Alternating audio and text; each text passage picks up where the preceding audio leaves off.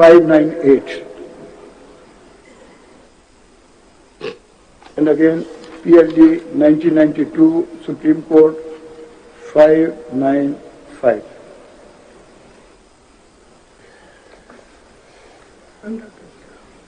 Lord, I'll be just reading a couple of paras with your permission.